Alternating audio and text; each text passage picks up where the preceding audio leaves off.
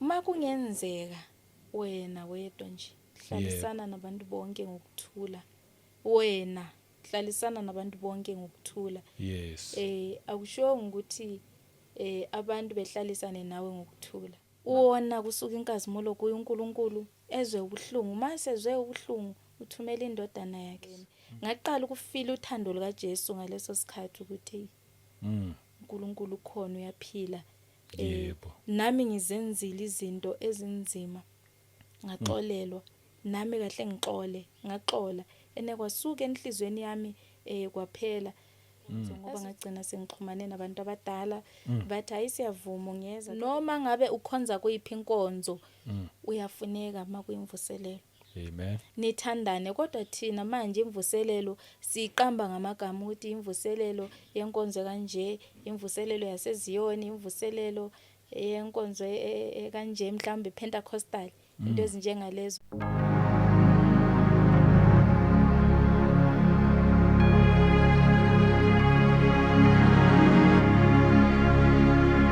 Welcome once again kwiKota 2 Media. Igama lami ngomduduzi ngwakashabangu.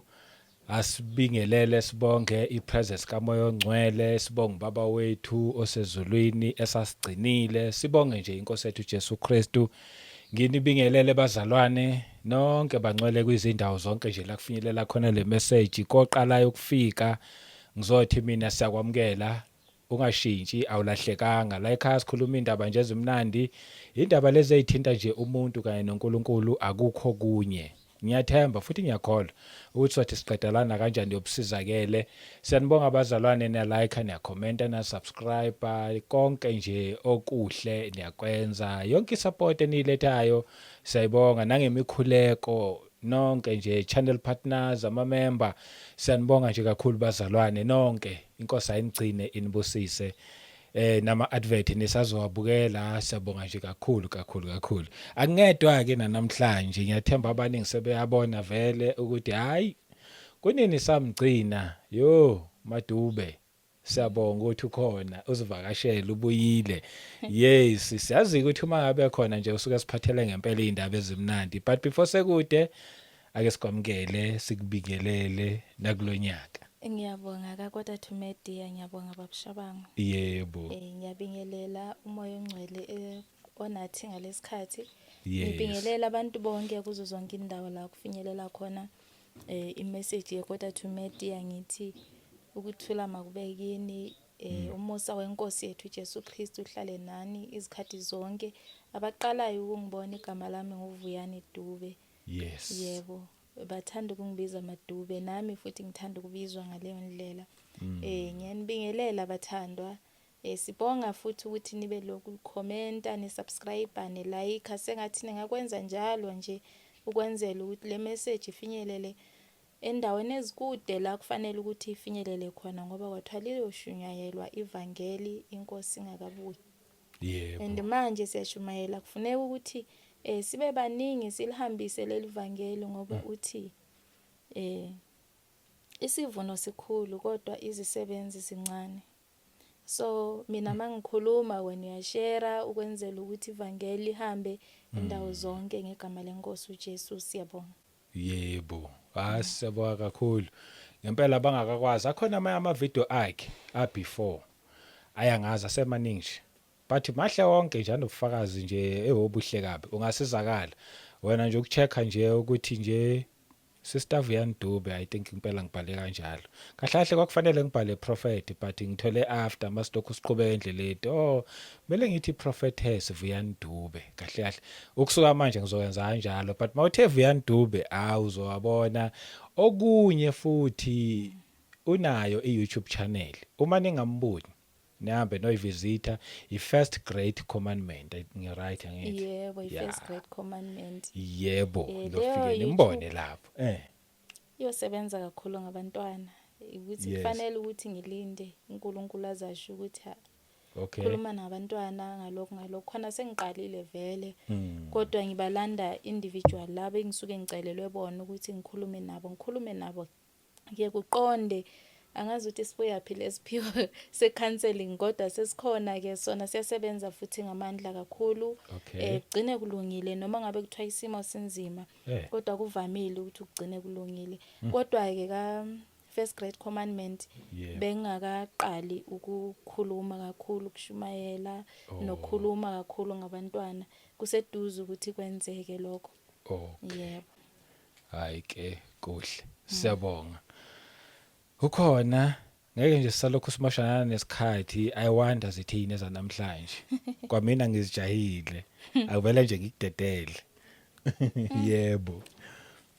Ngiqale nje ngikhulume bazalwane ukuthi ngoba bengikhona sonke lesikhathi yakodwa to media ngigcine last year I think bekungu September mangiye eSwatini, ngahamba kahle eSwatini, ngasebenza kahle futhi namanje ngisahamba abaseSwatini imameli imvuselelo izoba khona futhi ngoJuni ivamile ukuthi bekhona. So siyanimema ukuthi nifinyelele nifike wonke umuntu umenyiwe noma ngabe ukhonza kuliphi ibandla noma kuyiphi inkonzo kufanele ukuthi ufike ma useduze. Siyacela ukuthi ufike lapha eMliba.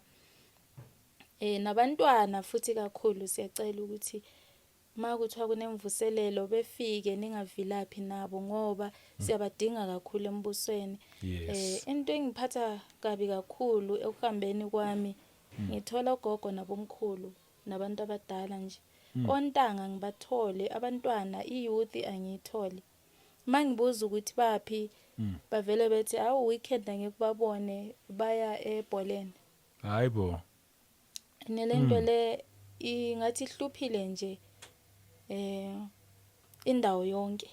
Ikhona indawo yonke indaba yama tournament eSwatini ihluphile kakhulu. Bayasho bathi noma ngazi bathathu uze nabe enkonzweni makushaya u2 nje bayaphuma ba kuma tournament. Anti naseZimbabwe last year ukuhamba kwami bekuyinto efanayo ngoba ngihambile izinkonzo ngangena la ngangena lapha yana saphinda senze nemvuselelo futhi kodwa intsha yayingekho. Yayi kuma tournament special on weekend nje babe busy ngebhola. So ibhola ngathi liyayithatha indawo kaNkuluNkulu kanti uNkulunkulu uyalidinga usuku lwakhe. La ozomkhonza khona umdumise ukuthi unguNkulunkulu. Uyaphila nje kungumusa wakhe kuyimsebenzi yakhe. Yebo. So Nkosi izongenelela. Yebo. Okwanamhlanje bengifisa ukuthi sikhulume ngokwamkela uJesu ukuthi uma usumamkele uJesu yini okutholayo ama fruits nje okwamkela uJesu. Ngithi khona ama fruits kaMoya oNgcwele ukuthi uma uswamkela uMoya oNgcwele ubonakala ngani. Ngizodlula lapho kancane ngoba kunemibuzo eminingi ukuthi mina ngiyakhuleka kodwa uMoya oNgcwele wehli kimi, ngiyakhuleka ngiyazila ukudla ngiyathandaza uMoya oNgcwele wehli kimi. Yebo. Angazi ukuthi kubantu uMoya oNgcwele bafuna ukuthi bawubone wehla ngayiphi indlela na. Ngoba uMoya oNgcwele uyehla ubonakale ngezithelo. Then bese kuba nemisebenzi ama gift kaMoya oNgcwele. Kunama gift kaMoya oNgcwele, kunemisebenzi kaMoya oNgcwele izithelo. Yebo. Izithelo kuyilokho ukungaxabani, ukungalwi, ukuba nothando, ukuba nomusa, ububele kanjalo nje konke lawo izithelo zikaMoya oNgcwele. Manje ngifisa ukuthi sikhulume ngezithelo zokwamkela uJesu. Okay. Ukuthi uma usiyamkela uJesu izithelo zakhona yiziphi okufanele uzizwe kwenzakalani masuwamkela uJesu ngoba lento leyo kwamkela uJesu, uJesu mamamkela uba kuwe ebengaphakathi kwakho kufanele uyizwe wena uyifile ngaphakathi into eyenzakalayo masuyamkela uJesu. Yebo. But if ungakazi ufile lutho usuyamkela uJesu kusho ukuthi awukakamtholi kusafuneka ukuthi ukhuleke azambule kuwena nasenkonzweni uhambe uattend inkonzo ufundiswe until uze wazi ukuthi ukwamkela uJesu yini kwenzakalani uma usuwamkela uJesu uzokuzwa wena awutshelwa into yakho ni feeling yezwakala ngaphakathi kwakho futhi uma usumamukele izwi lakhe uyabulizwa awulidingi. Ungabona usathandaza uzila ukudla kodwa uthi umoya ongcwele wehle kusho ukuthi izwi lakhe awukalizwa likakhulumi kahle ngoba uthe zami ziyangazi Yebo. futhi ziyangizwa. Mazizwa izwi lami ziyasabela zingilandele. Yebo. So ngokunjalo nawe izwi likaJesu awulidingi uyalizwa ngoba sikhona la salethe ubufakazi ekuqaleni ukuthi sibizwe kanjani. Sezwa izwi lakhe saphenduka. Namhlanje sokhuluma ngalokho bese sikhuluma futhi ngeFirst Heaven ngoba ngake ngaletha umbono ukuthi ngalethelwa iSecond Heaven neThird Heaven ku part 1 wetestimony yami no part 2 khuluma ngalezi zinto. Uma ngabe uyaqala ukungibona ngicela ukuthi ubuyele uye ku part 1 no part 2 wami uzothola indaba yeFirst Heaven ngoba ngeke ngiqale ekuqaleni yamazulu amathathu. Ngizokhuluma ngezulu lakuqala elisemhlabeni ngoba ngalethelwe emathathu. Elinye izulu li after death mawusifa nje. Kunezulu okuyi paradise ne Hades. La uyolinda khona ukwahlulelwa. Mase sifikile isikhathi futhi sokwahlulelwa se-judgment. Uzojajwa uye ezulwini lesithathu okuzobe kuyiNew Jerusalem akithi la. Kungumuzi kaNkuluNkulu. La kuyabe kusenziwa intando kaNkuluNkulu. Kungasekho ukukhala nezinyembezi. So kunomhlaba omusha. Umhlaba omdala usudlulile nezulu elidala selidlulile. Sekunezulu elisha. Isho njalo incwadi yesambulo mayikhuluma ukuthi kuyobonakala izulu elisha nomhlaba omusha. Yebo. I think usambulo 21. Umhlaba omdala nezulu elidala kuyabe sokudlulile. Yebo. So ngokunjalo ngoba kudlula izulu elisha, izulu elidala nomhlaba omdala ngicela ukuyifunda nje kancane. Okay. Revelations 21 izulu elisha nomhlaba omusha. Isambulo 21 ophethe iBhayibheli lesizulu 1 ngase ngibona izulu elisha nomhlaba omusha ngokuba izulu lokuqala nomhlaba wokuqala kudlulile nolwandle alusekho. Ngabona umuzi ongcwele iJerusalema elisha wehla uvela ezulwini kuNkulunkulu ulungisiwe njengomlobokazi ohlotshiselwe umyeni wakhe. Yebo. Kuthiwa kwase kubonakala izulu elisha nomhlaba omusha ngenxa yokuthi izulu lakuqala laselidlulile nomhlaba wokuqala laselidlulile. Yilo leli Jerusalem elabe selehliswa phansi la ukuthi thina sihlale kulo singabantwana bakaNkuluNkulu senze intando kaNkuluNkulu. Lelo Jerusalem elisha kuthiwa akusekho nyembezi akusekho ukukhala khona. Yebo. So izulu lesithathu ke lelo. Ngangubona embonweni lokho ngitshelwa kuthiwa bhala ngabhala ngakho. So elakuqala zange ngilethelwe ngalobo busuku ngibhala. Ngase ngibuza mina ngisephusheni ukuthi elakuqala lona likuphi. Azange atshelwa ngalelo suku kodwa lokhu lisanjulwa ekuhambeni kwami. Udala lokho elisanjula ukuthi izulu lakuqala likhona la emhlabeni liyikwenza intando kaNkuluNkulu. Uma usezulwini lakuqala uyafila uyazizwa ukuthi manje ngisezulwini lakuqala. Awuphili impilo enjengeyabanye abantu. Akukho nkohlakalo kuwe. Akukho nzondo kuwe. Yebo zikhona ziyenzeka izinto ezibuhlungu ezingabekezelelekiyo uma ungenayo uJesu kodwa uma unoJesu noma zingabuhlungu kanjani yakwazi ukudlula kuzo. Yebo. So izulu lakuqala uyalingena uhamba ukhona la emhlabeni yabe usuphila impilo ehlukileyo. Yes uphila nabantu bonke yonke into oyenza iyafana nje neyabantu bonke kodwa ingaphakathi yakho iyatshintsha iguqulwe ibentsha okwasho uPaul wathi kuyaguqulwa ingqondo yakho ibentsha. Ihlolisise okuyintando kaNkuluNkulu wenze intando kaNkuluNkulu. Yebo. Lapho iFirst Heaven oyabusukuyo wena. Iyo le esiyokhuluma ngayo namhlanje. Ngicela ukuthi sifunde incwadi uJohn 13 cela nje John 13 evesini lika 34. A new commandment I give you, I give to you, that you love one another as I have loved you, so that you also love one another. Yebo. Incwadi ithi is a commandment. Yeah. We have to do it. Uyathanda uthande, command is a command. Kufanele nithandane.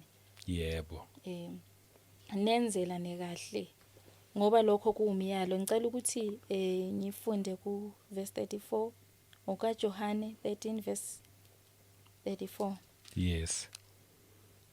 Ithi ngiyaqala kunhloko yombhalo ithi ukukhazimuliswa kukaJesu umyalo wokuthandana uJesu uthi uzophikwa nguPetru. Verse 34. Ngininika umyalo omusha wokuba nithandane njengalokho nginithandile nani nithandane. Yes. Ngalokho bonke bayakukwazi ukuthi ningabafundi bami uma nithandana. Niyazi ukuthi ningabantwana bakaNkulunkulu ningabazalwane uma nithandana. Amen. Kodwa namhlanje sithandana ngoba singena enkonzweni eyi1. Asithandani ngoba singabazalwane sonke. Ngikhuluma ngemvuselelo ukuthi makuyimvuselelo akukho bandla eliphetheyo lapha. Kuba nomfundisi ophetheyo. Umfundisi ophathayo kufanele ube umfundisi vele ophethe abantu, ophethe inkonzo, umuntu oyaziyo ukuphatha abantu. Yebo. So ngaleso sikhathi kuyabe hola inkonzo kodwa ehola bonke abantu noma ngabe ukhonza kuyiphi inkonzo uyafuneka makuyimvuselelo.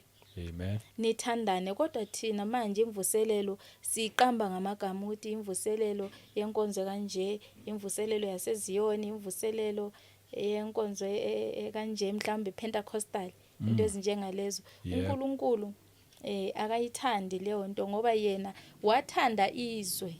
Yes. Waze wanikela ngendodana yakhe ezele yodwa ukuthi izwe lingahlulelwa. Thina siyehlulela amanye amabandla. Anti kufanele ukuthi makuyimvuselelo sizwane siyeke ukubheka ukuthi laba benza kanje isisekelo sabo simi ngayiphi indlela. Lelo langa kufanele ukuthi sizwane sithandane. Yes. Kuyakhiwe ibandla likaNkulunkulu eliya kuNkulunkulu. Ngoba lezi inkonzo esikhonza kizo right now ukuyahlanganyela njengoba babehlanganyela emasinagogeni. Kodwa mase sikhuluma ibandla likaNkulunkulu ngabantwana bakaNkulunkulu bonke. Yebo. All over the world. Singabantwana bakaNkulunkulu okufanele senze intando kaNkulunkulu sihamba emhlabeni. Yes. So uthi thandanani lokho kuwumyalo is a command ukuthi nithandane. Azange asho ukuthi nithande omuhle kuwe. Yebo. Oyenza kahle kodwa uthe thandanani. Yebo. Uma ngibona mina ungangixeki, uma ngibona wena ngingakugxeki kodwa nguthande. Mangabe khona la ophuma khona eceleni enkulungisise mina ngendlela ezwisisekayo, indlela enenhlonipho, indlela ephansi, ngingazenzi ngathi mina ngiyazi kakhulu noma ngihlakaniphile ukudlula wena, kodwa silungisisaneni sibe sendleleni kaNkulunkulu. Yebo. Kukhona othola ukuthi kumanje uhlukumezekile, mhlawumbe kuyakhulunywa ngawe. Uzwe lezi inkulumo zihlala kabi kakhulu. Zihlale kabi kakhulu ukuthi umuntu ungahamba approacha kimi kunokwenzeka. Okay. Ukuthi ngize ngifila lento ukuthi ngihambe ngimbuza ukuthi why ukhuluma kanje nje o ngizwe ukuthi ngimsuse duze nami ngimkhiphe.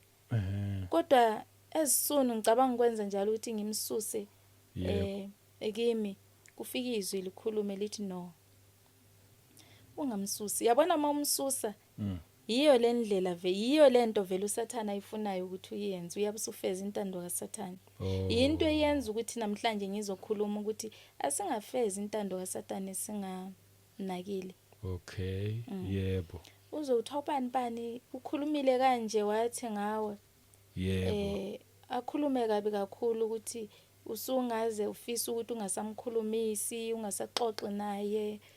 Umphathe ngenye indlela, umphathe njengowezizwe. Uzufila leyo nto nje. Kodwa namhlanje ngizokutshela ukuthi uNkulunkulu uthi labo bantu mase kunjalo esimene esinjalo khumbula ukuthi uma usuyenza njengaye ukuthi wena ukuphatha kanjani ufeza intando kaSathane. asidalelwanga ukuthi sizofeza intando yomubi. Yes. Fanele senze intando kaNkuluNkulu. Ujabulisa uSathane, wenza lokho vele abefuna ukuthi ukwenze ngoba ulandela umuntu oweak Yeah. ukuthi akukhulume kabi noma xabane nawe edala ingxabano. Yebo. Nawe usuyaphindisela ngaleyo ngxabano. Mm. Usuyamphindisela ngokubi. Yebo. Leyo nto leyo nawe usuku usufeza intando kaSathane, senisebenza umsebenzi kaSathane nobabili. Awumeke yenze yedwa wena umbuyise. Yes. Umxolele.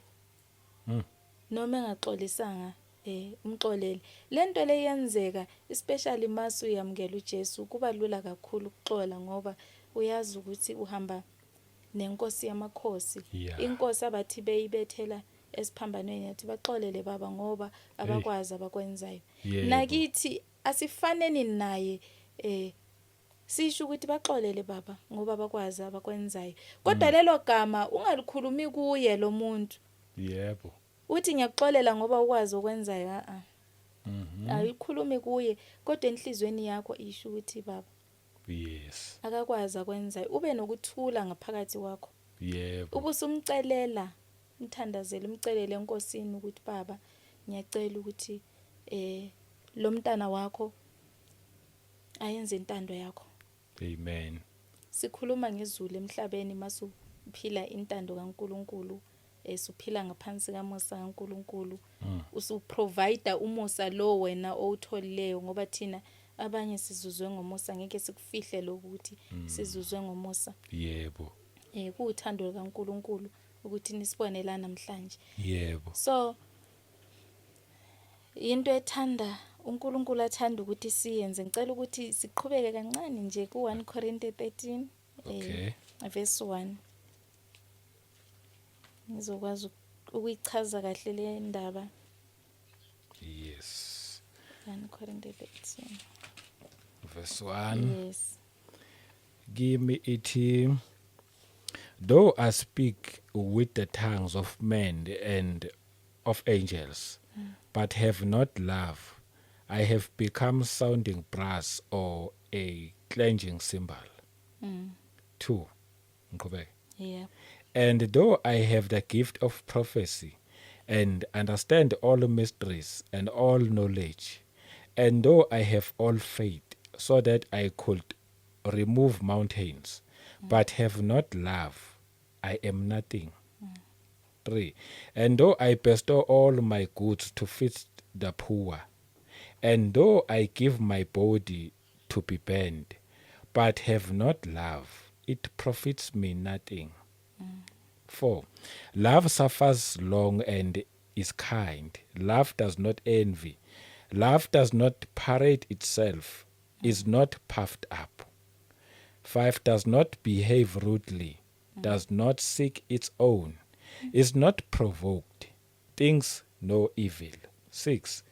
Does not rejoice in iniquity, but rejoices in the truth. 7. Amen. Bears Ayifunda. bears all things, believes all things, hopes all things, endures all things. Amen. Amen. Lana khulunywa ngothando ukuthi lunjani ukuthi ungazenza zonke izinto. Usebenze ngeziphiwo zikamoya, ushumayele, uprofete, uhlabelele. Ukwenze konke. Yebo. Uthandazele, uprofesaye. Yes. Kodwa kuthiwa uma ungenalo uthando ufana nensimbi encencethayo. Yebo. Iphinde ikhulume futhi ukuthi uthando lunjani. Alunawo amaqhubu. Isho njalo Yes. ngisazoyifunda nangesizulu lencwadi. uNkulunkulu ukuthi asibonise uthando wasidala safana naye. Wathi Yes. wadala konke okukhona emhlabeni manje. Then wasedala umuntu. Yeah. Wathi ngimfuna ukuthi ngimdale efane nathi. Umuntu ufana noNkulunkulu. Then wafika uSathane wamlinga ngendlela amlinga ngayo. Umuntu wasuka kuNkulunkulu. Wayequmlayo kaNkulunkulu, Yes. wasuka inkazimulo kuye. Uma sekusuke inkazimulo kuye, umuntu uwona kusuka inkazimulo kuye uNkulunkulu ezwe ubuhlungu. Mase ezwe ubuhlungu uthumela indodana yakhe ezele yodwa yebo enguNkulunkulu futhi uJesu uNkulunkulu wehla wezela emhlabeni ethabatha isimo somuntu ukuthi ngoba sihlulekile usidale safana naye uNkulunkulu ngoba sihlulekile ukufana naye uNkulunkulu senza imiyalo yakhe senze ngendlela athanda ngayo uNkulunkulu sehlulekile ukumlalela uyehla yena enguNkulunkulu from ezulwini eze la emhlabeni ezothatha isimo somuntu ebonisa umuntu ukuthi mangithi fana noNkulunkulu ngakudala waba ngumuntu kodwa ngifuna ufane noNkulunkulu ngalendlela uJesu siyambona ehla ezohlala esiswini sikaMariya ezalwa ngokwenyama hambela emhlabeni enza konke ayekwenza phinda shumayele yebo kufanele sifunde kuyo ukuthi uma ungumuntu kufanele ufane noNkulunkulu kufanele ube njani behave njani yes ngoba lento le kufanele ibe ngaphakathi kwakho enhlizweni yakho yebo ukholwe yiyo yenzeke uyifile ngoba ngisho ukuthi uma usuyamkela uJesu uyafila uba nenhliziyo emnene inhliziyo enothando yebo inhliziyo ehawukelayo inhliziyo engahlekisi ngehlazo lomuntu yes bayamtrendisa eyenza okubi nawe uyaforwarda uyamtrendisa ushumayela liphi ivangeli uspreada ivangeli lomubi ivangeli lobumnyama hey ngoba kulombuso ukukhanya kunombuso wobumnyama uspreada ivangeli lombuso wobumnyama kodwa uzibiza ngomntwana kaNkulunkulu asiyekeni leyo bazalwane makuyinto ekhipha umuntu isithunzi eyihlazo oyibona ihlazo ungayiforward yes noma ngabe kuthiwa umuntu wakhona akakholwa ungayiforward yebo umuntu aforward ezethi kaze ubaba kabani lo eish and bas forward yebo omunye ezenze okwenza imali ngaye kuma reels ko TikTok amposte luphi uthando yeah ngoba uthando kuthiwa alula maqhubu alula nzondo uthando yebo ngicela ukuyifunda lencwadi ngesizulu ethi ukudunyiswa kothando noma ngikhuluma ngezilimi zabantu nezezingilosi kepha ngingenalo uthando ngiyithusi elikhencezayo nensimbi encencethayo noma nginokuprofetha ngiqonda izimfihlakalo zonke nokwazi konke noma nginokukholwa konke ngangokuba ngingagudluza intaba kepha ngingenalo uthando angiyinto yalutho noma ungaprofetha usebenze ngeziphiwo zikamoya ezinjani yebo uma ungenalo uthando awunto yalutho enye incwadi ithi nibiza ukuthani ngabantwana bakaNkulunkulu kodwa awukabonakali eniyakuba yikho yes so okwamanje zibheke wena uzihlole ukuthi ungumntwana kaNkulunkulu ngeqiniso na ngoba abanye sizibiza ngabantwana bakaNkulunkulu kodwa sibe sisebenza sishumayela ivangeli lobumnyama ngoba elikaNkulunkulu ithi thanda umakhelwane wakho njengoba uzithanda wena yebo uma uhlazisa ngami ungitrendisa ngalendlela ongitrendisa ngayo uyangithanda na wena uyathanda yini ukuthi ubonakale utrenda uyileyo ndlela otrendisa omunye ngayo cha awuthandi ngoba ungathandi nje uyangithanda na ngoba kuthiwa thanda umakhelwane njengoba uzithanda yebo so wena mawungayithandi yenzeke kuwe why ungitrendisa ngoba phela umuntu ophila naye emhlabeni uye umakhelwane uthi siphile umyalo ukuthi sithandane this is a command yebo into oyifilayo uma sewamkela uJesu into yokuqala oyifilayo uthando ngiyakhumbula mina ngesikhathi ngamkela uJesu yes kahle angifilanga uthando ngalufundiswa uthando okay sengilufundile ngasengilufila kodwa kusho ukuthi wonke umuntu kufanele efundiswe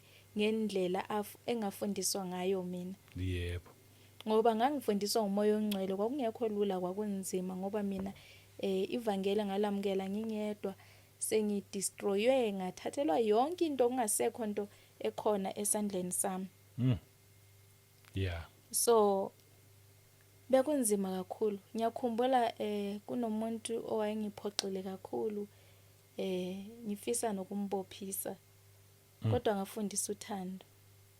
Lathi Yeah. izwi ngithe khona hamba ngobungcwele, ungambophisi lo muntu ngoba uyinceke kaNkulunkulu, ngifuna akhulume ngezwi lami. Kodwa Yebo. lowo muntu ubengasindiswanga futhi naye njengami, ngoba nami ngaleso sikhathi ukhuluma lelo zwi ngangakasindiswa. Yebo. uNkulunkulu uyakhuluma, uma ekukhethile uyakhuluma noma yinini. Kodwa uyeza ukuthi manje leli izwi likaBaba alifani namanye amazwi. Yebo. Kwaba buhlungu kakhulu ukuthi uxolele umuntu okonileyo. Yo. Kwaba buhlungu ngenye indlela ukuthi ngacabanga ukuthi ngoba kuthiwa ngingambophisi, ngoba izwi likaBaba liyazwakala futhi awukwazi ukuthi cha.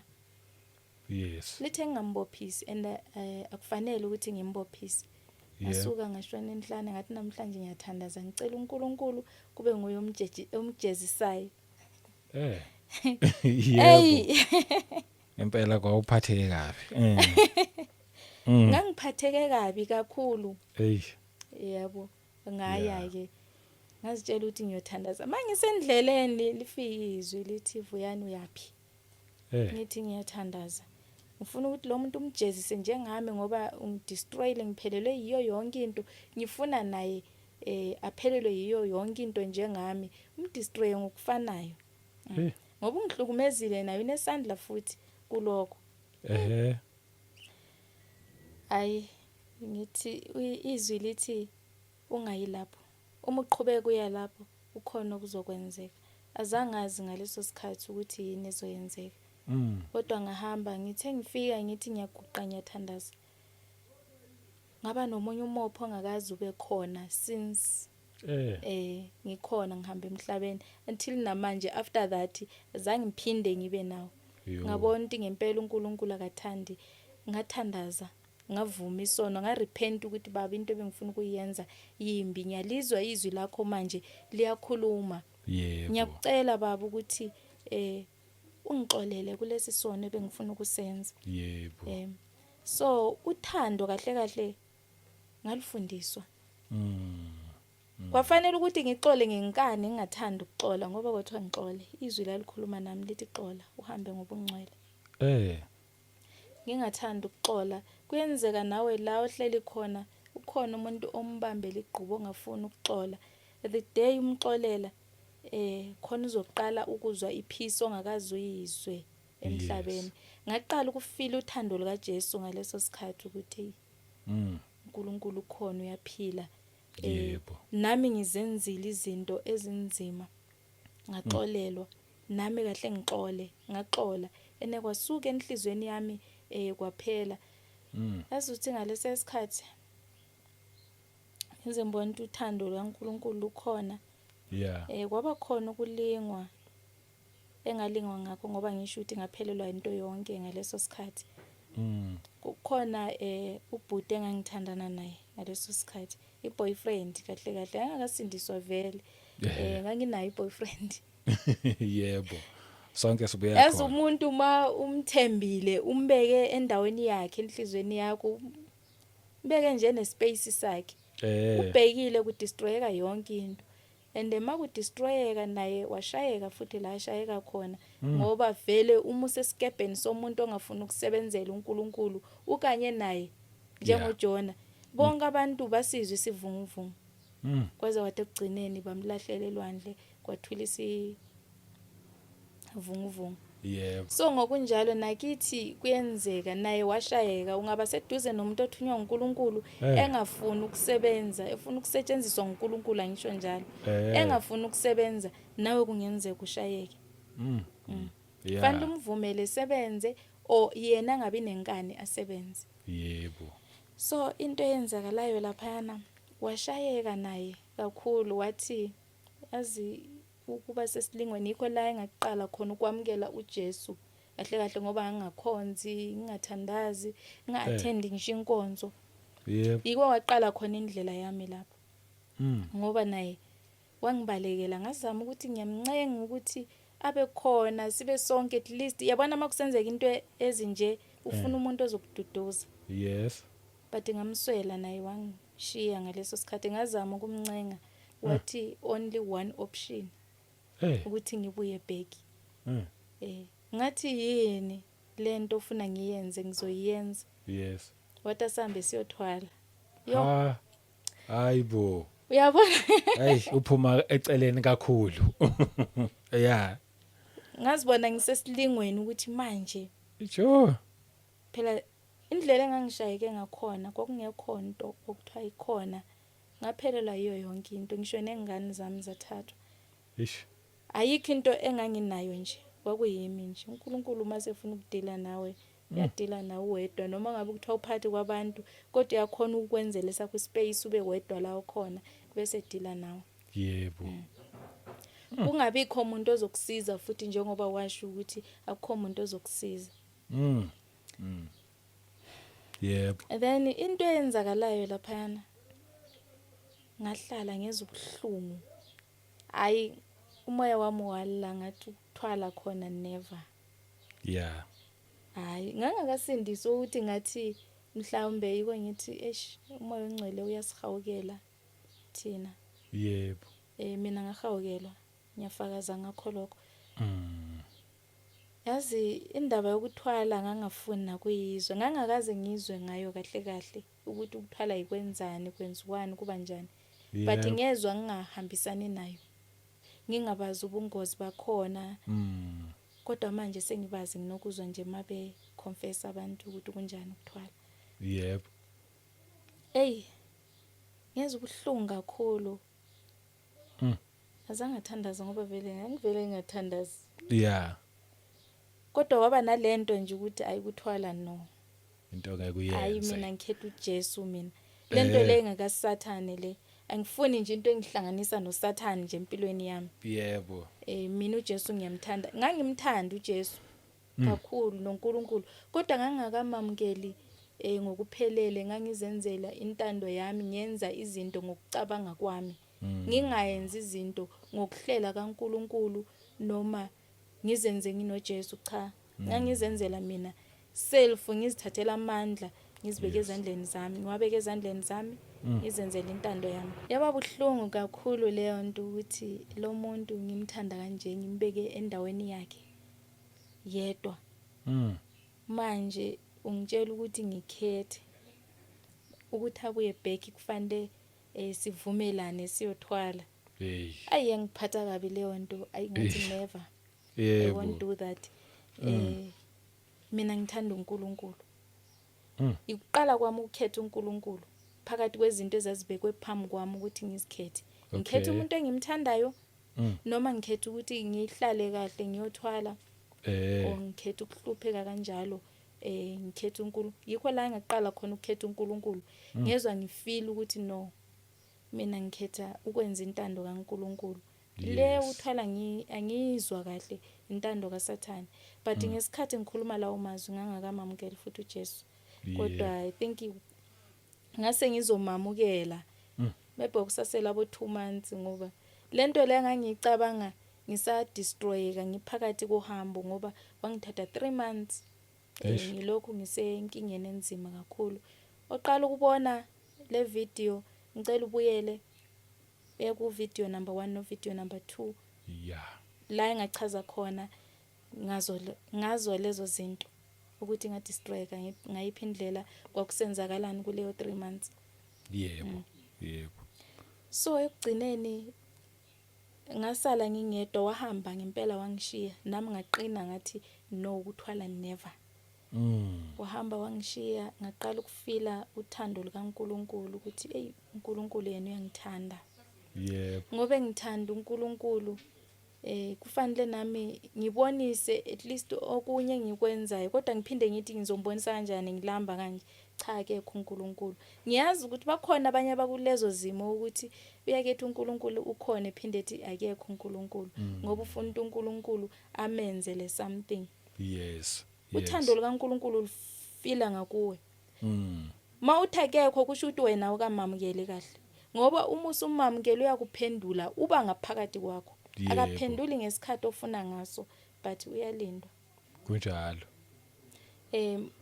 uthola ukuthi mangithi uyalindwa uthola ukuthi ufunana nomsebenzi uyawucela manje ucele mase ucelile call ukuthi ubaba uzwile umamele uzwile futhi uzokuphendula. Bengisathini sengikhohliwe. Umuntu ethi ufuna umsebenzi. Yebo, ethi Yeah. ufuna umsebenzi akholwe. Eh. Ucele nje kubaba ukholwe ukuthi umsebenzi uzowuthola uzokunikeza. Uhlale ungabe busy ukuthi kufanele uye somewhere uyethola ukuthile or uhlambe ngento ethile ukuthi uzothola umsebenzi. Yes. Cela ukholwe nje kuphela ukuthi sesajwayele ukuthi kufanele uye enyangeni ethile. Aye kuhlamba oye kumprofeti othile ekuprofeta. Phela uyazi ukuthi ukubhula ayisiko kwezinyanga kuphela. uNkulunkulu ethi singayi kwababhulayo usho ukuthi ungasuki special ulanda umuntu ukuthi ekuprofeta. Umlande nje ezihlalele uyamazi ukuthi uyaprofeta ubabshaba nginangu uyaprofeta. Bese ngisuka mina ngiyamlanda. Ukuthi engiprofeta ezihlalele nje. Ukubhula lokho. Ekuqaleni ngengicabanga ukuthi ukubhula ikuyisa amathambo then bese uinterpret ukuthi amathambo athini cha. Umoya ongcwele ma usifundisa ngokubhula, uma ungifundisa ngokubhula, ukusuka nje ulanda umuntu ukuthi ekuprofeta. Ukufuna isiprofeti kumuntu uyikubhula lokho. Akuthanda uNkulunkulu, isiprofeti uNkulunkulu uyasehlisela kumuntu, umuntu ebese sidlulisa. Yep. Hayi ukuthi mina ngiqala ukuhlola bese ngiyakuprofeta. Akusikho lokho. Hamba uyofunda nencwadi zabaprofeti. uJeremiya, uIsaiah, uJehova wayethi kubo. Yes. Azange elanda abantu ebahlola oyenkosini ethile ngokuhamba kwakhe yena. Oyinkosi ethile ize kuye bese yena uyaprofeta. Yebo. Ayenziwa kanjalo. Usuke sebhula nawe uyakobhulayo. Amen. So okunye siyawona sengazi ukuthi siyawona. Umlando umuntu ayingamazi ngumprofeti, ufuna into emprofeti engihlolela into enje cha. Uza kuNkulunkulu, cela kuNkulunkulu. Uza umuntu ethi hayi ngifuna into engihlolela ukuthi ubani ngumuzi wami na. Uyabhula. Uyabhula uNkulunkulu uyakhuluma kubani nobani. Yebo. Ukuthi ngumuzi wakho uzobona ukuthi ngowakho futhi angeke ezephelelwe ngamandla. Uzobe lokho ezama until aza kuthole. Yes. Ngoba uNkulunkulu uniqondanisile. Yebo.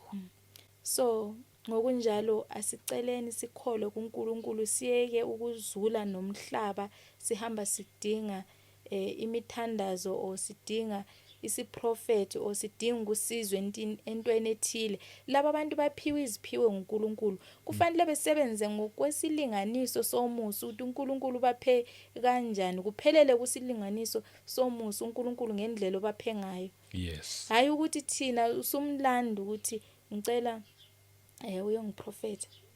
O ngicela wenza into ethile noma isiphi nje isiphiwo somusa. Wena bese usebenzisa ngokusiabuse.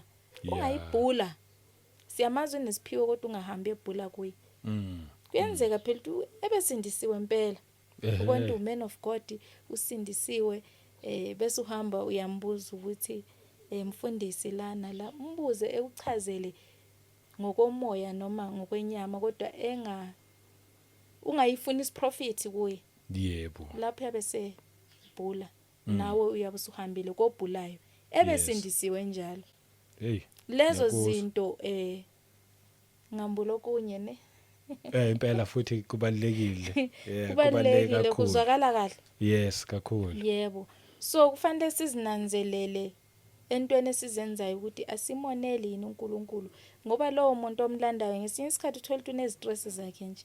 Sezofoster lokhu akwenzayo. Yebo. Aza kunikeze nesithiqonyana ngoba akekho emandleni ukuthi ngakuprofeti ephinde kuthandazele. Kodwa sekunikeza isithiqonyana ukuthi wena ukholelwe kuso ethandazele something mhlawumbe akunikeze ethi hamba nayo uyigcina. Ihlala igcine wena. Lento leyisithixo suwonile phambi kaNkulunkulu suyenze wona naye noma esindisiwe. Yebo. Ngoba yikho into okufanele uhlale uyiphethe ukuthi le ngayithatha esontweni ngeyenkonzo sohlala uyiphethe isuke isizithixo sakho. Asi-avoideni izinto ezinjengalezo. Amen. Siphila kanjalo ke uFirst Heaven. Amen. Siphila kanjalo ukuthi senze intando kaNkulunkulu konke okuyintando kaNkulunkulu sikwenza sila emhlabeni kuyizulu lakuqala esiphila kilo okuzwayo ngaphakathi uyafila njengokuthi ngoba uJesu uthi okunye kufanele ukuthi sifanekise Yes. ukuthi nizwe kahle ngoba masikukhuluma spiritual ngokumoya kunzima ukuthi sikubeke ngendlela eqondileyo ozoyizwa wena ubumamela ungekho emoyeni. So kuyafuneka ukuthi sikhulume ngezinto enizaziyo ezasemhlabeni siphinde sikubeke ngokwasezulwini. Yebo. Ikhona incwadi ebonisa izithelo zothando.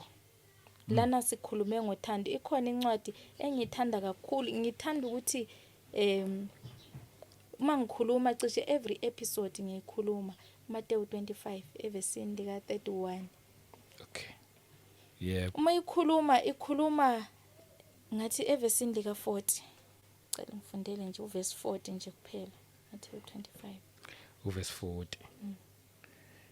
Ithi, and the king will answer and say to them, assuredly I say to you, inasmuch as you did it to one of the least of these my brethren, you did it to me.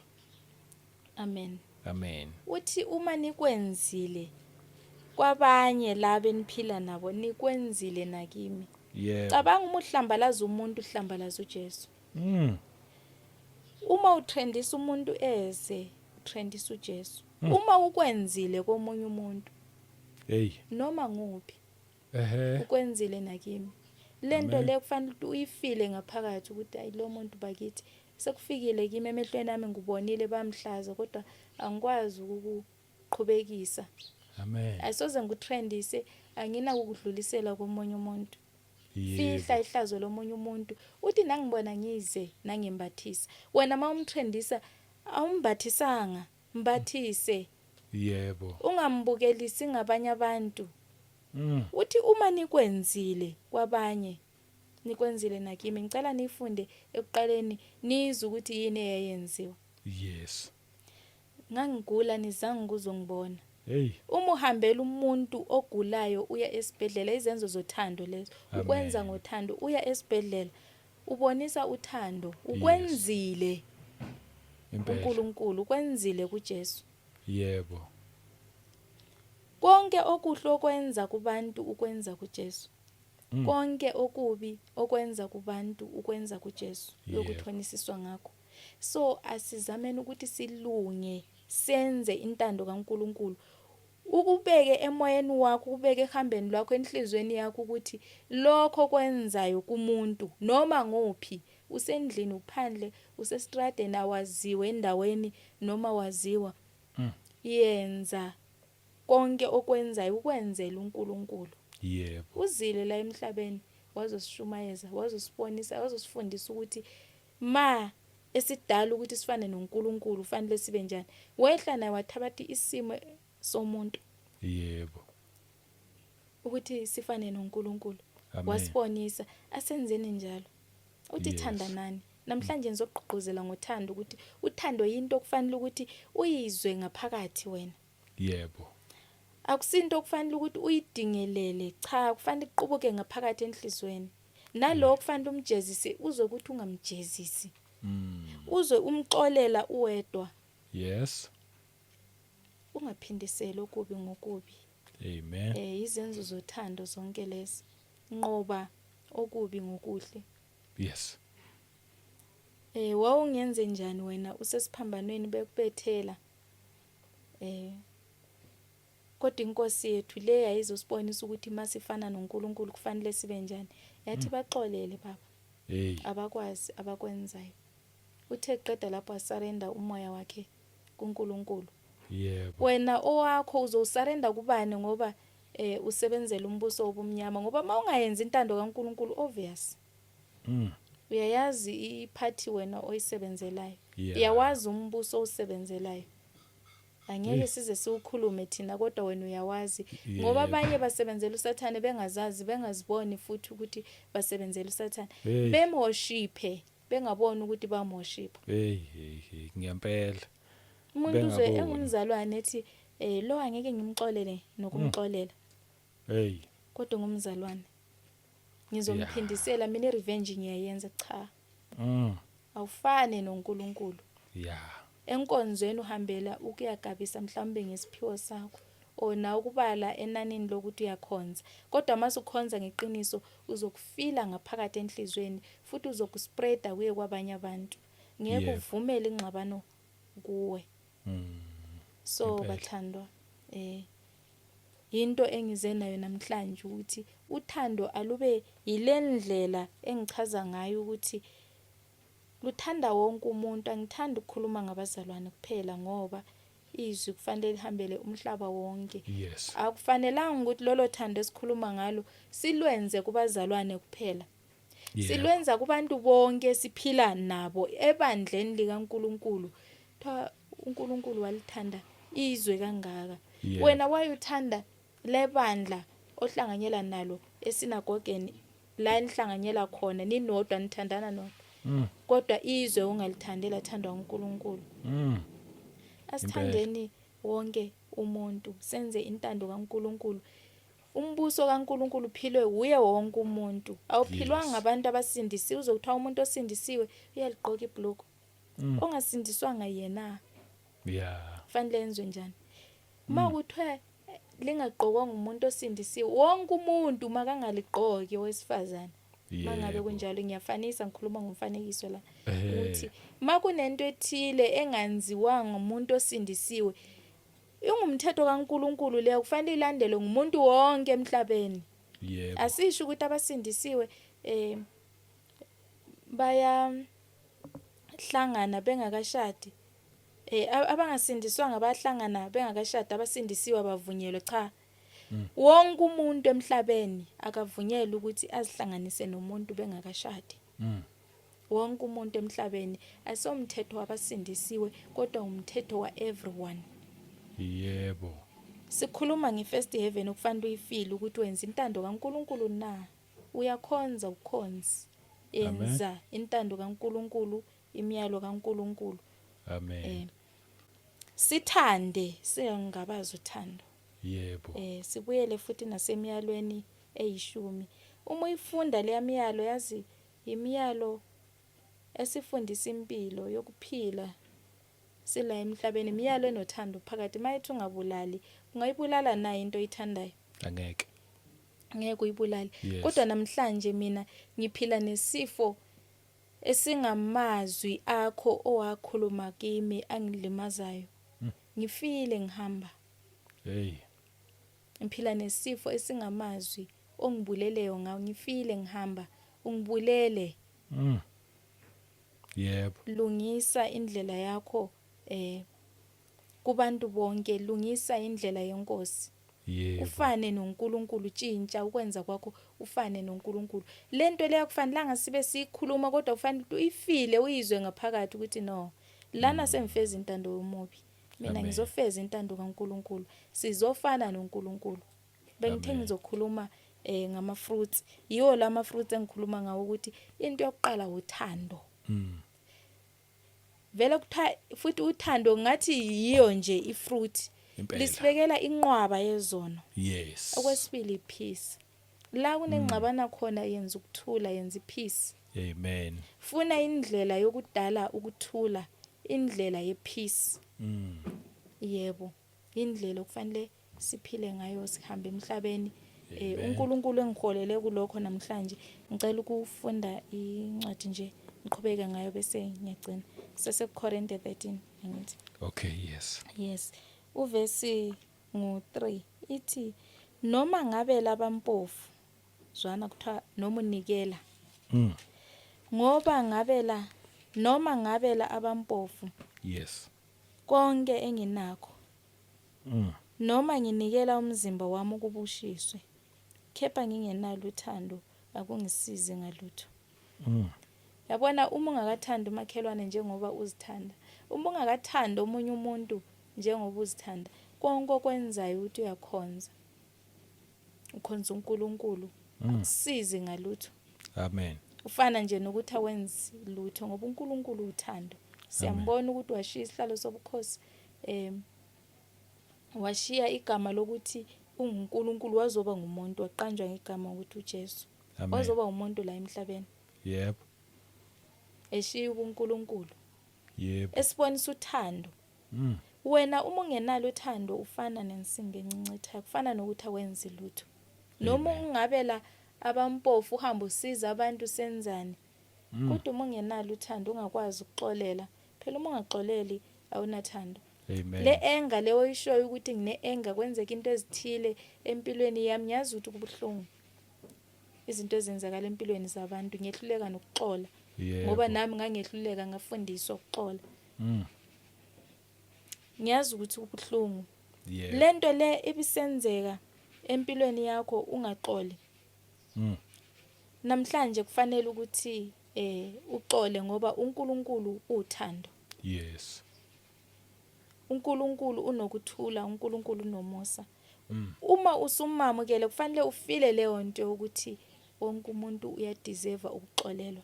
Leyo anger ophila nayo cabanga ukuthi uSathane uhambe walinga loyo muntu ukuthi akudlwengule noma waya sebenzisa loyo muntu ukuthi akubulale noma akubulalele omunye wakho omthandayo. Nguye ohambe wayathumba loyo muntu ekwenze lento embi.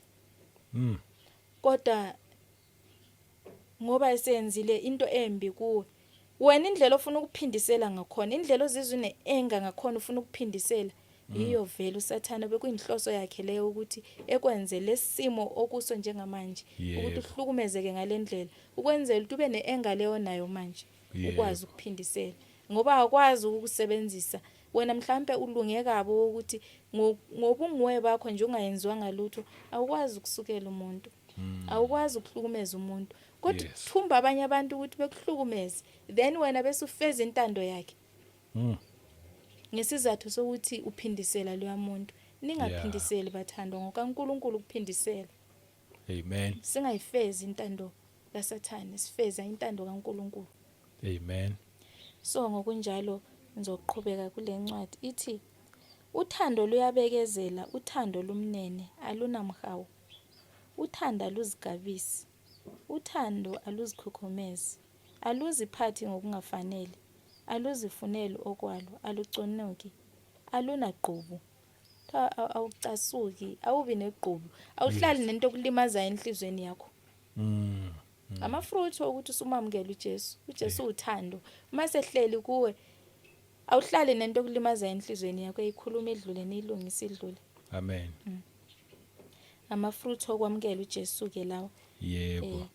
Awubi neqhubu awuziphathi futhi ngokungafanele. Awubi nomhawu ukuthi umuntu maye nento ethile ufisa ukuthi leyo nto ngabe ngiyakho o ngabe leyo nto iyamoshakala nifane. Hayi. Uzothi kuyophela sofana. Hayibo. Uthando alukho njalo. Yebo. Alunakho lokho. So kufanele sikuqonde lokho ukuthi uma usuyamukela uJesu into yokuqala oba nayo uthando nokuthula awuxabani wenza ipeace futhi leyo peace bangaphakathi kwakho uyayizwa. Amen. Lento ifunayo zikhona ezinye izinto okudingeka ukuthi sizixazulule. Uma unoJesu yazi uphethe yonke into ongayicabanga ekhona emhlabeni. Yebo. Una everything. Impela. Ngoba usebenzisa yena kuzo zonke izinto. Yebo.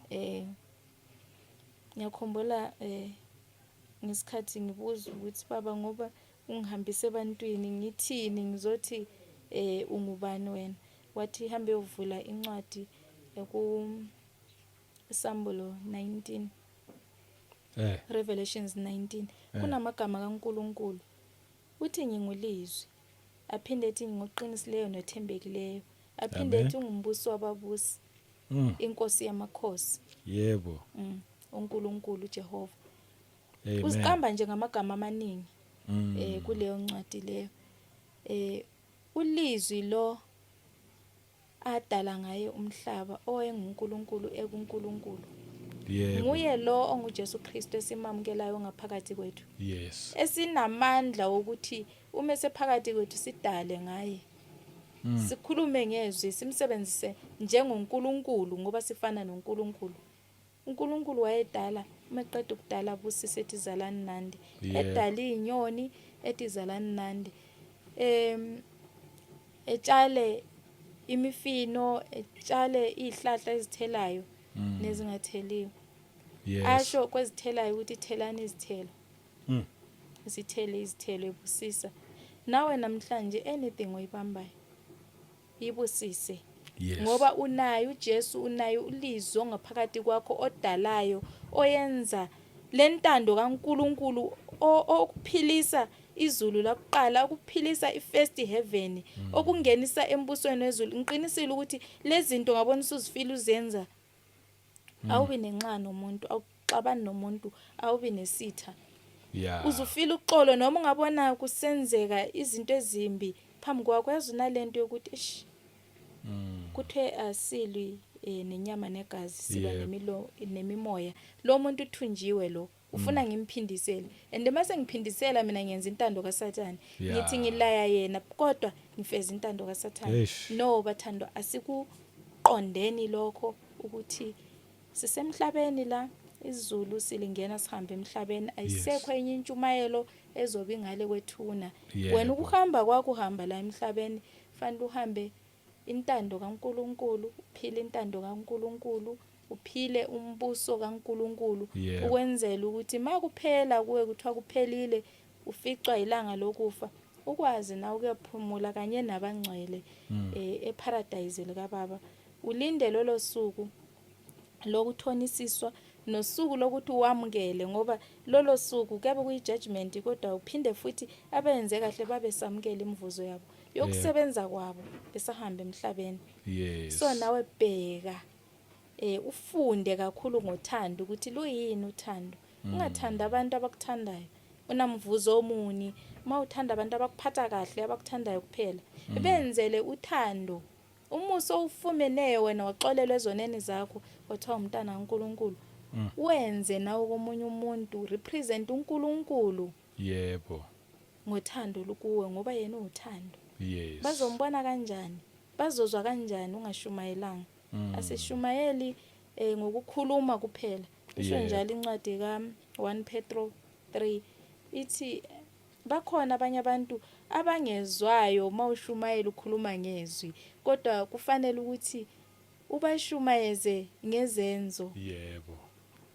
Uma usenza inkambo yakho kube yiyo espreada ivangeli. Impela. So akungabi ukuthi siyakhuluma kuphela singenzi. Yes. Uthando alubuse, lusibekela yonke inqwaba yezono. Yebo. Uthando alubuse phakathi kwenu nonke. Ngizovala ngencwadi Romans 12. Okay. Ngicela nje ukuyifunda ngivale ngayo le ncwadi. Okay. Romans 12 verse 17 and 18. Okay. Sitholile. Sengitholile. Yeah. Ngifunde. Yeah. Over 17 uthi, repay no one evil for evil. Have regard for good things in the sight of all men. 18. If it is possible, as much as depends on you, live peaceably with all men. Amen. Yeah. Uthi ningaphindiseli okubi ngokubi. Uma kungenzeka wena wedwa nje hlalisana nabantu bonke ngokuthula. Wena hlalisana nabantu bonke ngokuthula. Yes. Akusho ukuthi abantu behlalisane nawe ngokuthula. Bakhona abazoza benomsindo. Yebo. Kodwa wena funda ukuhlalisana nabo ngokuthula. Amen. Kulula ke lokho masumamukela uJesu, ngoba uyazi ukuthi wena intando kufanele uyifeze ngekabani, Yebo. ngombuso wokukhanya. Yes. Lo washunyayelwa uJesu eqala ukushumayela, waphindwa washumayela emva kokuvuka kwakhe. Ithi incwadi wakhuluma ngendaba zombuso, washumayela ngombuso wezulu kwaze kwaba sekwenyukene kwakhe. Wathumela umoya wengcwele futhi ukuthi uzosifundisa indaba zombuso lezi esikhuluma ngazo namhlanje, ukuthi ukuba noxolo nepeace nothando. Yes. Yiko ukuphila intando kaNkulunkulu emhlabeni.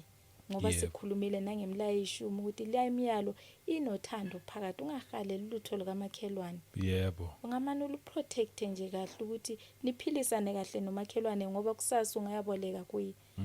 Wena ungahaleli ube nomona. Yebo. So ngegama lenkosi uJesu ngicela ukuthi ngivale nje lana for kwanamhlanje. Hayi, siyabonga kakhulu. Hayi wasipha message ebalulekile. Imnandi ibaluleke kakhulu futhi ngoba ikhuluma ngothando kulesikhathi lesi la ngempela kufanele sithandane. Amen. Yabona sisesikhathini futhi la kumele sibambane kakhulu kunakuqala. Ngithanda nje mawuthi hayi ukuthi sithi thina esikholwayo. Kahle wonke nje umuntu ophila emhlabeni. Owathandwayo njengoba esezweni nje kwathandwa izwe. Yes. Nathi sithandeni izwe. Yebo. Abantu abasezweni. Sikwenze sonke. Akwenziwa ngabantu abakholwayo kuphela. Kwenziwa abantu bonke, akwenziwa ngabantu abasindisiwe kuphela. Kwenziwa ngabantu bonke. I hope abanye bayizwe kahle.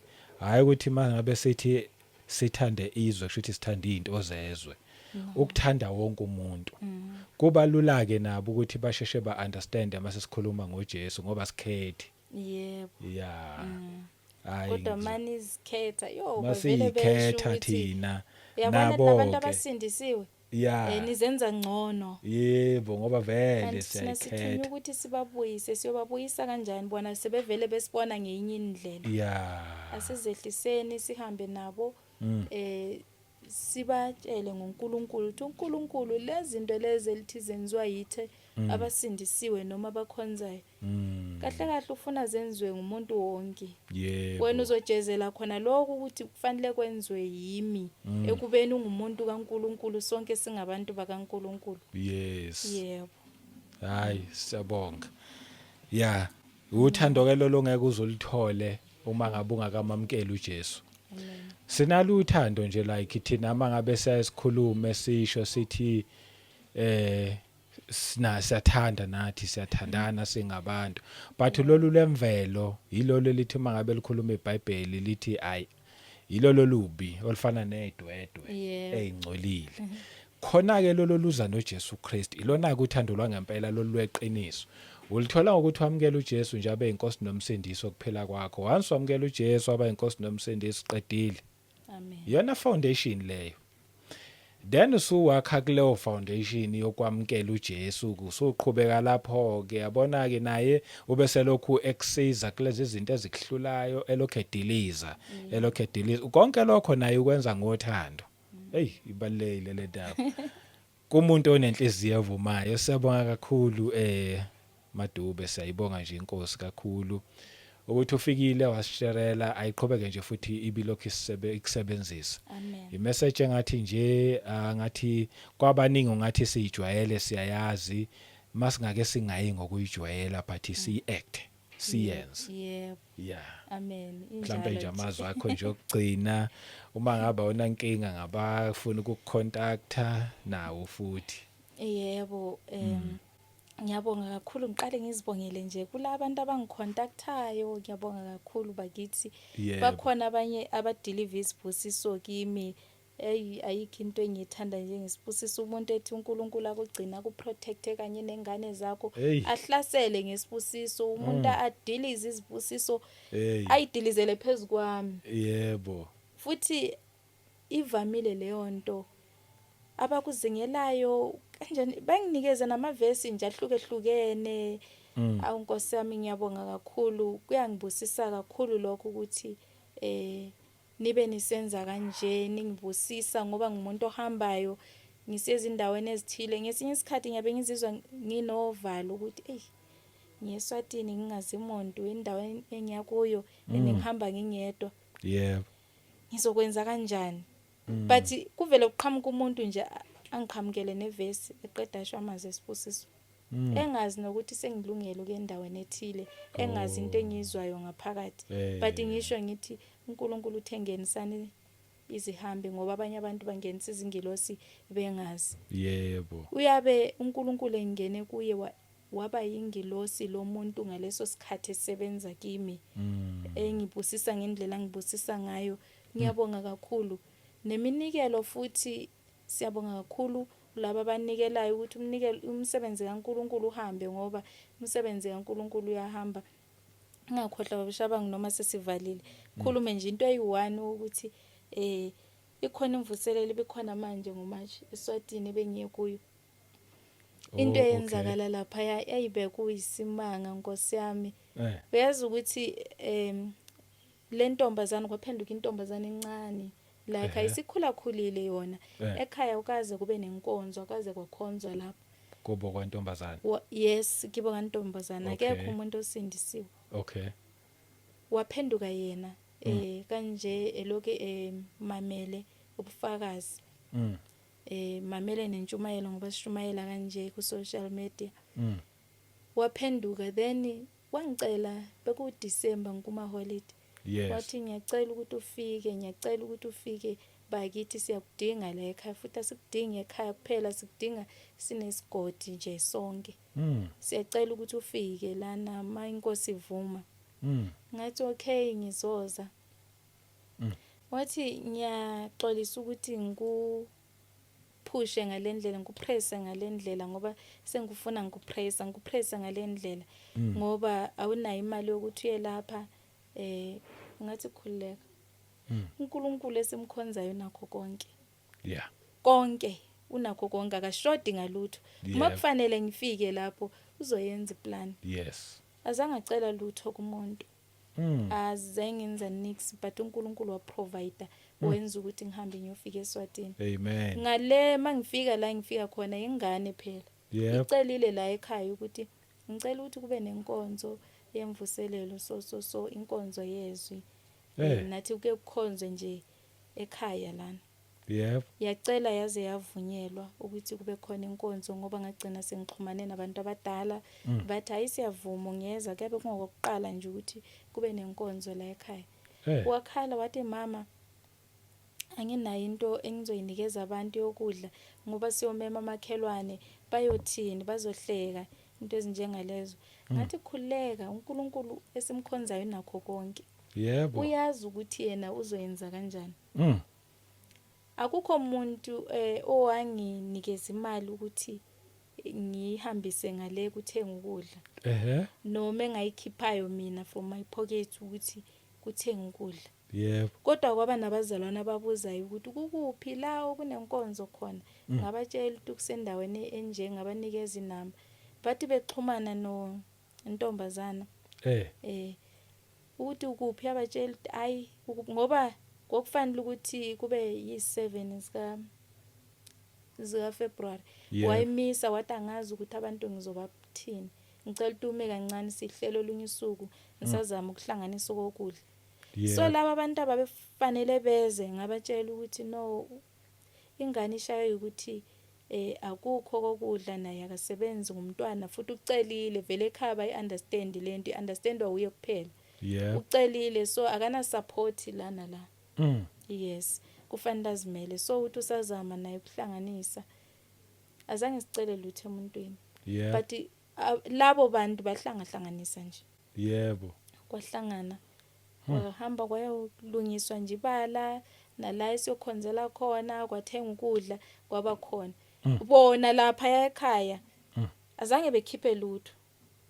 uNkulunkulu wazenzela into yakhe ngabantu bakhe. Nami futhi wangithatha wangibeka khona esebenzisa abantu bakhe. uNkulunkulu khona uyaphila simbonile thina. Yebo. Nabo kube bakhona kube bafakaza ukuthi ngempela azange sithenge ishishukela. Ayikho into esayithengayo but kunabantu esingabazi abasifakela imali sahamba sayothenga ngoba washo wathi sengitholile imali la ngitshela nje ngithole i600 emalangeni lana ngathole inye kanjalo nje ibizwa ngeemalangeni imali eseswatini. Yebo. Wathenga nje izinto wahlangahlangana nje kwaba kuhle sakhonza kwaba kuhle. uNkulunkulu into yakhe ma eyihlelile ukuthi uzoyenza iyenzeka iyodwa. So lana ngikhulumela ukuthi ngiya appreciate bathandwa imisebenzi eniyenzayo on behalf of uNkulunkulu ngoba inhlelo engiyabe ngizihlelile uNkulunkulu engihlelele zona mina ngiyabe ngazi ukuthi ziyophusha kanjani, ngiyabe ngithemba yena. Yebo. Kanti uzothinta inhliziyo yakho wenze njalo. Yebo. Futhi nawe uyabe ungazi ukuthi khona into ehlelekileyo enjani. Kodwa kugcine kusebenzeka ngendlela ukusebenzeka ngakhona.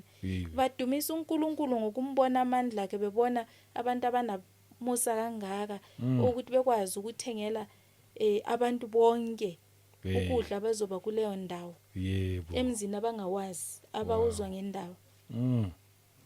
So konke lokho bazalwane siya appreciate imisebenzi yenu ningakhathali. Yiluthando besikhuluma ngalo, uthando lokuthanda abantu bonke, hayi abantu baziyo, hayi lenkonzo khonza kuyo onikela khona okweshumi kuphela, kodwa kwenze ngene kuma foundation la kufuneka khona usizo. Ngena usize unikele la kufuneka unikele khona.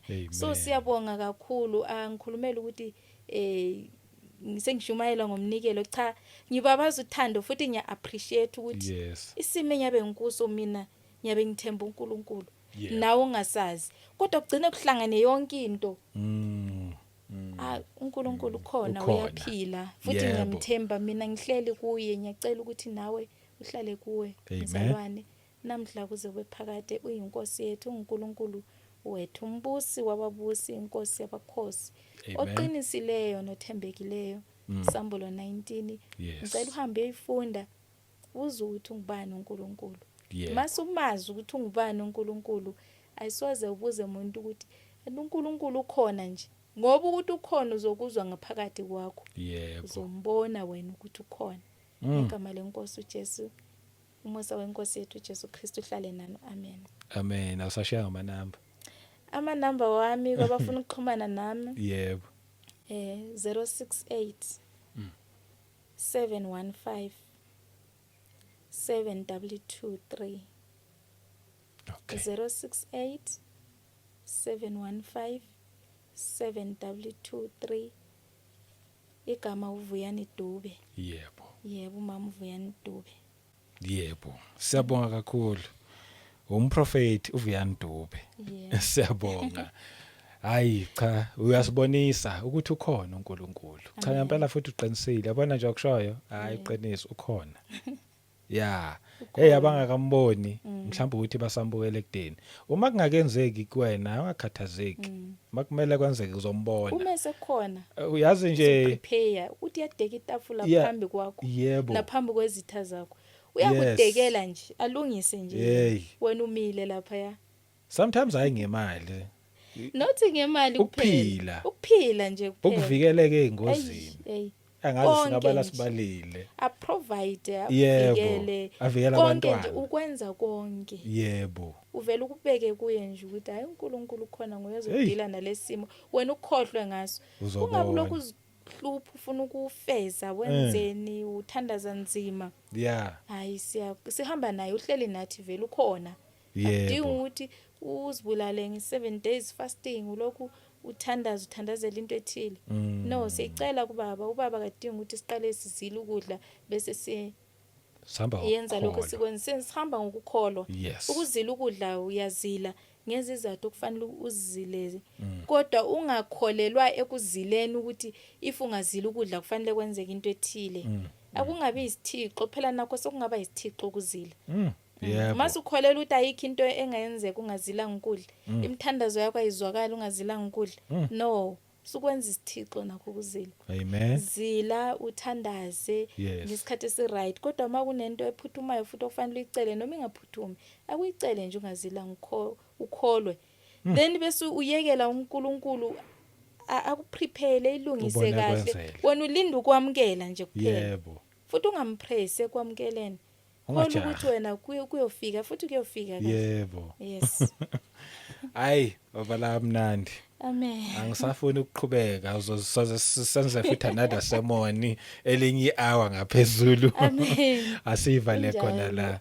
Sibonge kakhulu inkosi ayiqhubekile ukukusebenzisa nje nami ngidelize izibusiso ikubusise ikprotect nje impela iqhubeke futhi ikusupporta ngayo yonke into oyidingayo kwiministry ekuphe yona na kwifamily yakho nabantwana. Siyabonga kakhulu. Siphinde siye semakhaya nonke bazalwane siyabonga. nje kuningi enisenzela khona, nathi nje sithi siyanibonga, siyanithanda ngendlela eyisimangaliso futhi. Inkosi ayinigcine nani, inibusise, iniprotecte, ibe nani through and through.